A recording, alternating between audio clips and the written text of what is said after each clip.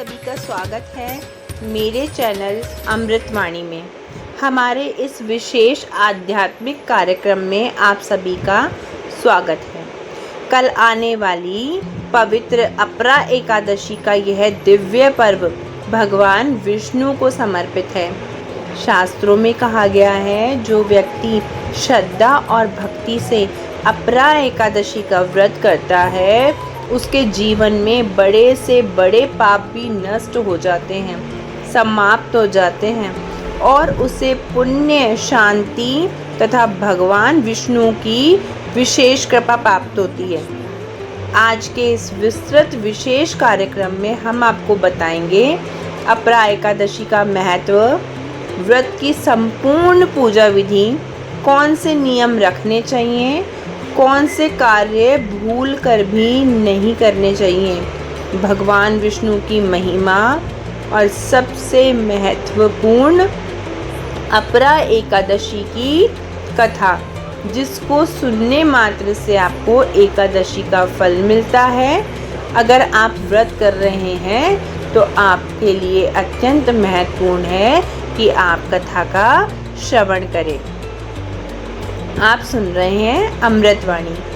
आज का यह वीडियो अंत तक अवश्य देखें, क्योंकि अंत में हम बताएंगे एक विशेष मंत्र, जिसका जाप करने से अपरा एकादशी के दिन जीवन में चमत्कारी परिवर्तन देखने को मिलते हैं।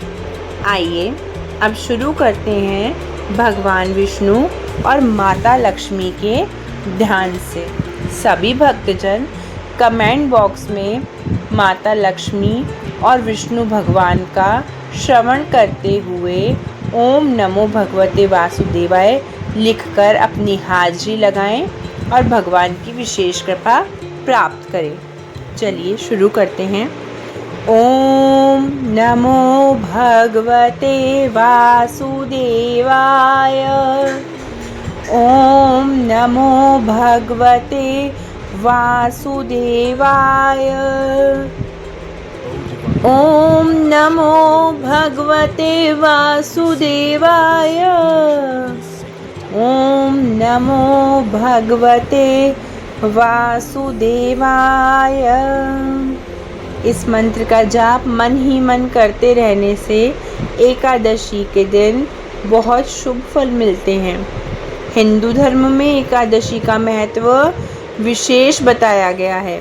प्रत्येक माह में 2 एकादशी आती है, एक कृष्ण पक्ष में और दूसरी शुक्ल पक्ष में।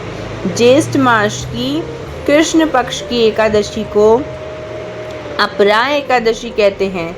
शास्त्रों में वर्णित है कि अपरा एकादशी का व्रत करने से मनुष्य उन तीर्थों के समान पुण्य फल प्राप्त करता है, जो बड़े बड़े यज्ञ और कठिन से कठिन तपस्या करने से प्राप्त होते हैं।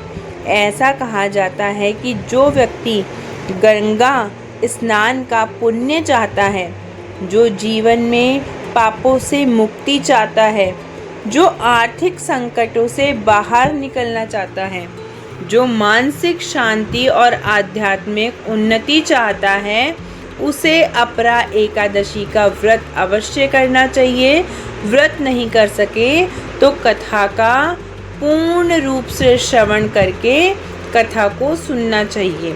पुराणों में भी यह कहा गया है कि अपरा एकादशी का प्रभाव इतना महान है कि यह व्यक्ति के छिपे हुए दोषों और कर्मों को भी शुद्ध करने की शक्ति रखती है।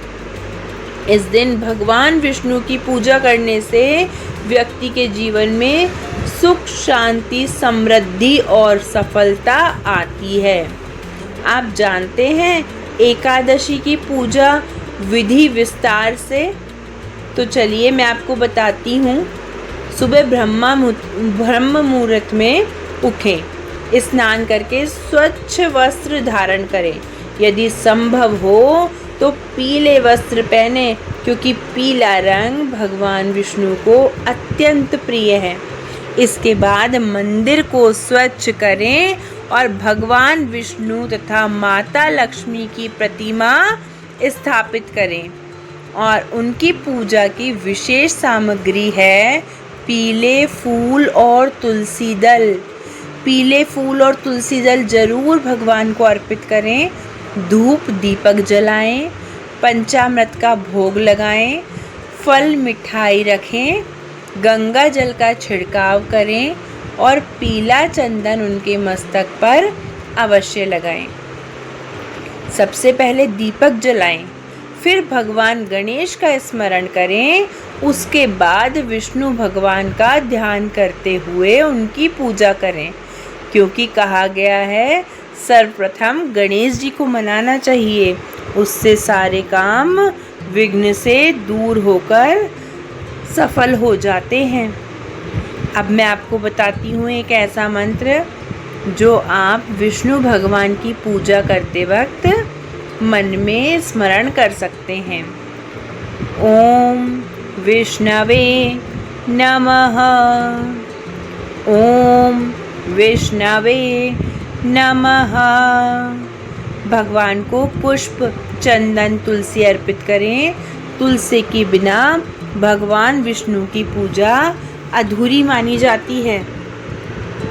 फिर विष्णु सहस्त्र नाम या गीता का पाठ करें, अगर संभव हो तो करें, अन्यथा मेरे चैनल पे रामायण जी के पाठ के वीडियो डाले हुए हैं, आप उनका भी श्रवण कर सकते हैं।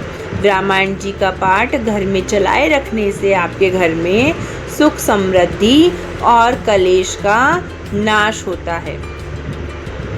दिन भर मन में भगवान का नाम लेते रहें। यदि संभव हो तो रात्रि जागरण करें और भजन कीर्तन भी अवश्य करें। द्वादशी के दिन प्रातः ब्राह्मण या गरीब को भोजन कराएं, उसके बाद ही स्वयं व्रत खोलें। अब मैं आपको सुनाती हूँ एकादशी व्रत की कथा, जिसको अंत तक जरूर सुने।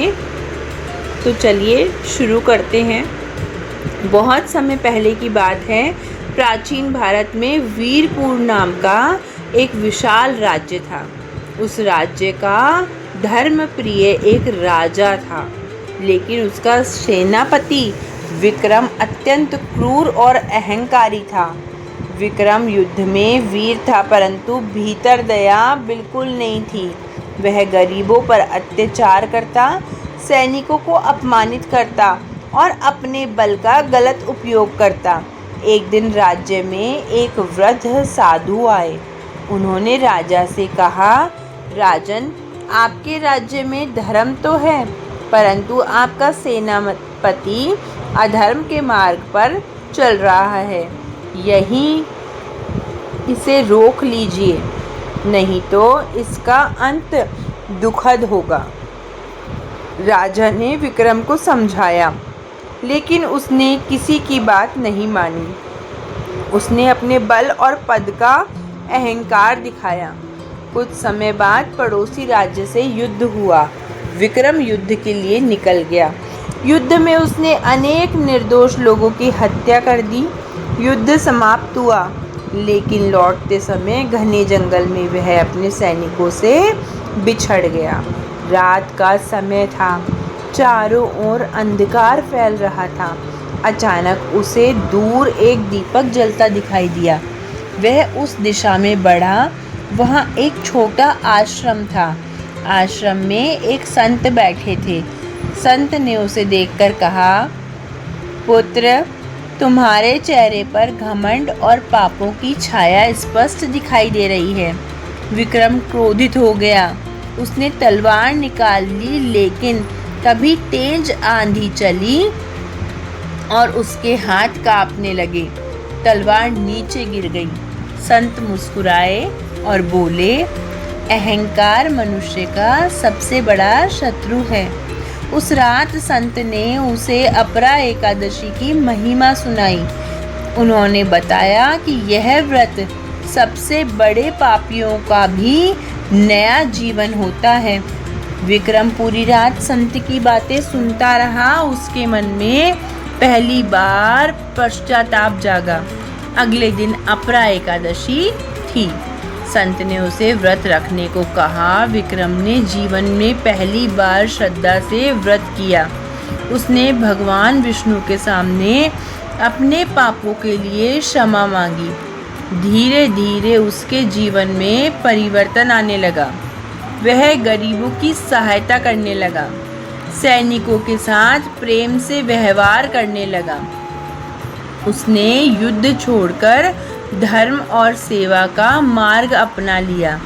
कई वर्षों बाद वही विक्रम राज्य का सबसे सम्मानित व्यक्ति बना। लोग उसे क्रूर सेनापति नहीं बल्कि धर्मात्मा महापुरुष कहने लगे। यह कथा हमें सिखाती है, कोई भी व्यक्ति कितना भी पापी क्यों न हो, यदि वह सच्चे मन से भगवान की शरण में आ जाए तो उसका जीवन जरूर बदल जाता है। अब हम करेंगे भगवान विष्णु के पवित्र मंत्रों का जाप। कमेंट बॉक्स में आप भी ओम नमो भगवते वासुदेवाय या श्री विष्णु लिखकर अपनी हाजिरी अवश्य लगाएं, जिससे आप पर भगवान की विशेष कृपा प्राप्त होगी। अब हम करेंगे भगवान विष्णु के पवित्र मंत्रों का जाप। तो चलिए शुरू करते हैं। आप सुन रहे हैं अमृतवाणी। ओम नमो भगवते वासुदेवाय।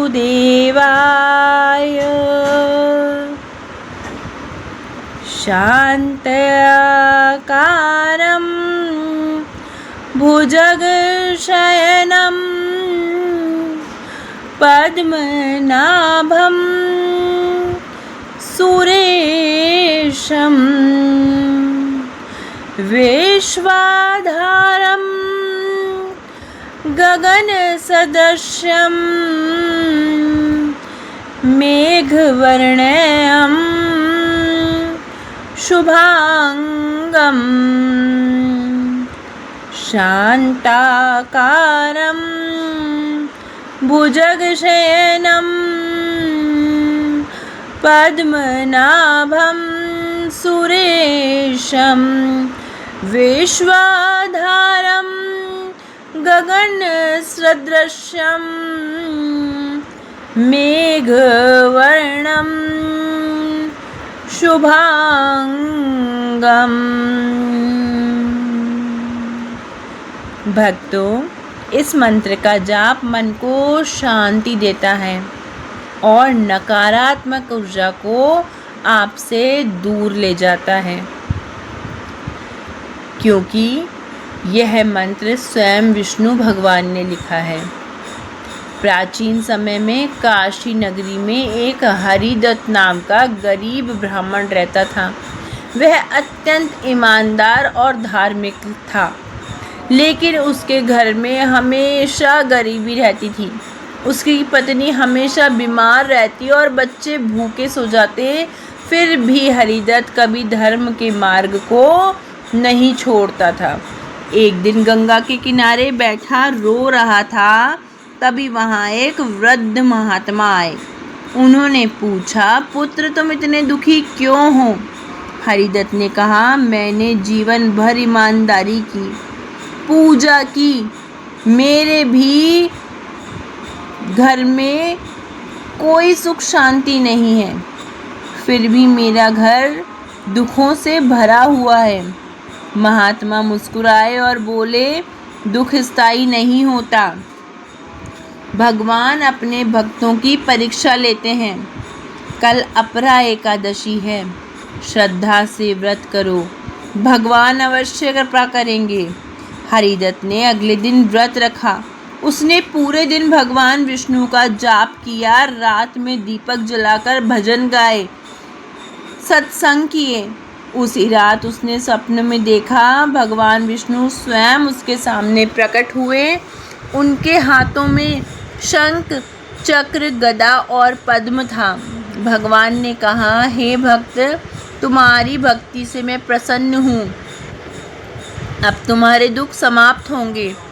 सुबह जब हरिदत्त उठा तो उसने देखा कि आंगन में एक थैली पड़ी है, उसमें बहुत से सोने के सिक्के हैं। लेकिन हरिदत्त लालची नहीं बना। उसने उस धन का उपयोग गरीबों की सहायता में कर दिया। उसने मंदिर बनवाया, भूखों को भोजन कराया और धर्म कार्यों में धन लगाया। धीरे धीरे उसका जीवन सुख और समृद्धि से भर गया। इस कथा से हमें यही सीख मिलती है कि सच्ची भक्ति कभी व्यर्थ नहीं जाती। भगवान देर से देते हैं, लेकिन जब देते हैं आपका जीवन बदल देते हैं। तो भक्तों, अगर मैंने भी आपके मन में अपरा एकादशी को लेकर भक्ति और भाव जगाए हैं, या आपने भी संकल्प किया है कि आप एकादशी करेंगे, तो कमेंट बॉक्स में विष्णु भगवान का नाम अवश्य लिख कर जाएं और मेरे चैनल को सब्सक्राइब करें, ताकि आप भक्ति भाव से जुड़े रहें। आप सुन रहे हैं अमृतवाणी और भक्ति में ही सार है। अब मैं आपको बताती हूँ कि किस प्रकार आपको एकादशी में संयम बना के रखना है। आपको क्रोध नहीं करना, झूठ नहीं बोलना, किसी का अपमान नहीं करना, मांसाहार और नशे से तो बिल्कुल दूर रहना है, किसी का दिल नहीं दुखाना। बस एकादशी के दिन भगवान विष्णु का स्मरण करना है, तुलसी जी की पूजा करनी है, मन में विशेष मंत्र बताए हैं उनका जाप कीजिए, गरीबों की सहायता कीजिए, भजन और मंत्र अपने मन में बोलते जाइए। भक्तों, अपरा एकादशी केवल एक व्रत नहीं है, बल्कि आत्मा को शुद्ध करने का अवसर है। यह हमें सिखाती है कि जीवन में चाहे कितनी भी गलतियां हुई हो, यदि सच्चे मन से भगवान की शरण में जाएं, तो नया आरंभ संभव है। कल एक अपरा एकादशी के पावन अवसर पर भगवान विष्णु का स्मरण करें, व्रत रखें, दान करें, अपने जीवन में सकारात्मक परिवर्तन लाने का संकल्प करें। यदि आपको यह विशेष कार्यक्रम पसंद आया हो तो अपने परिवार और मित्रों के साथ अवश्य साझा करें, ताकि अधिक से अधिक लोग इस दिव्य एकादशी का महत्व जान सकें।